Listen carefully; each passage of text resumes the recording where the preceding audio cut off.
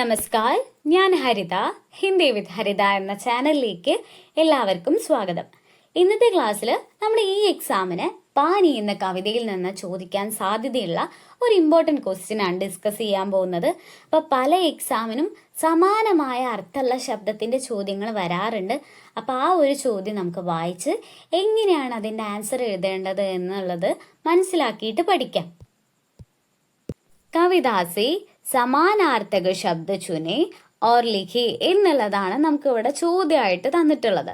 അതായത് കവിതയിൽ നിന്ന് സമാനമായ അർത്ഥമുള്ള ശബ്ദം നമ്മൾ എന്ത് ചെയ്യണം, തിരഞ്ഞെടുത്ത് എഴുതണം.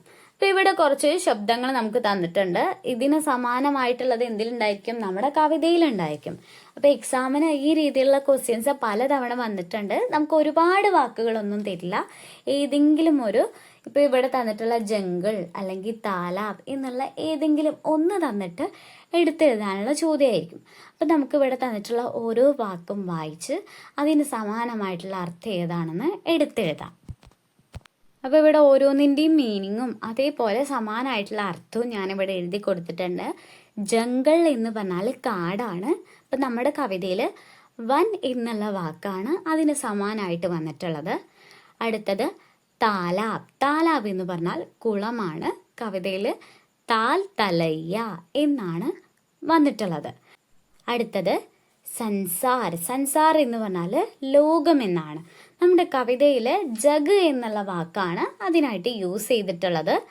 അടുത്തതായിട്ടുള്ളത് ധർത്തി. ധർത്തി എന്ന് പറഞ്ഞാൽ ഭൂമിയാണ്. ഭൂമിക്ക് സമാനമായിട്ടുള്ള ശബ്ദം വസുധ എന്നുള്ളതാണ്.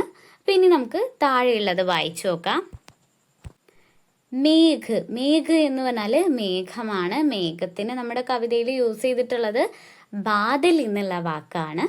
അടുത്തതായിട്ടുള്ളത് പൂന്തോട്ടം എന്ന് എഴുതി കൊടുത്തിട്ടുണ്ട്. പൂന്തോട്ടത്തിന് ഹിന്ദിയിൽ ബഗീച്ച എന്ന് പറയും.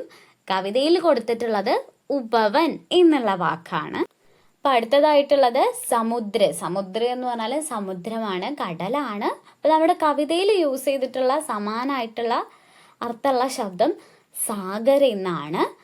ഇനി അടുത്തതായിട്ടുള്ളത് ആകാശമാണ്. ആകാശം എന്ന് മലയാളത്തിൽ എഴുതിയിട്ടുണ്ട്. ഹിന്ദിയിൽ ആകാശത്തിന് ആകാശ് എന്നാണ് പറയുന്നത്. നബ് എന്ന് സമാനമായ അർത്ഥമുള്ള ശബ്ദമാണ്. അടുത്തതായിട്ട് ജൽ എന്നാണ്. ജൽ എന്ന് പറഞ്ഞാൽ ജലമാണ്, വെള്ളമാണ്. അതിന് സമാനമായിട്ടുള്ള അർത്ഥമുള്ള ശബ്ദം നമ്മുടെ കവിതയിൽ യൂസ് ചെയ്തിട്ടുള്ള പാനി എന്നാണ്. നമ്മുടെ കവിതയുടെ പേര് തന്നെ പാനി എന്നാണ്. അപ്പോൾ ഇതിലുള്ള ഓരോ വാക്കുകൾ എന്ത് ചെയ്യുക, നിങ്ങൾ എന്തായാലും മനസ്സിലാക്കിയിട്ട് തന്നെ പഠിച്ചു പോവുക.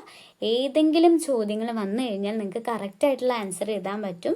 പിന്നെ നമ്മുടെ ചാനലിൽ ബാക്കിയുള്ള എല്ലാ ചാപ്റ്റേഴ്സും അപ്ലോഡ് ചെയ്തിട്ടുണ്ട്. എക്സാമിന് വരാൻ പോകുന്ന ഇമ്പോർട്ടൻറ്റ് ക്വസ്റ്റ്യൻസും അപ്ലോഡ് ചെയ്തിട്ടുണ്ട്. അപ്പോൾ അതൊക്കെ പോയി കാണുക. നിങ്ങൾക്ക് ക്ലാസ്സുകൾ ഇഷ്ടമാവുന്നുണ്ടെങ്കിൽ നിങ്ങളുടെ അഭിപ്രായങ്ങൾ എന്ത് തന്നെയായാലും കമൻറ്റ് ബോക്സിലൂടെ എന്നെ അറിയിക്കാൻ മറന്നു പോകരുത്. അപ്പോൾ നമുക്കിനി അടുത്ത ക്ലാസ്സിൽ കാണാം.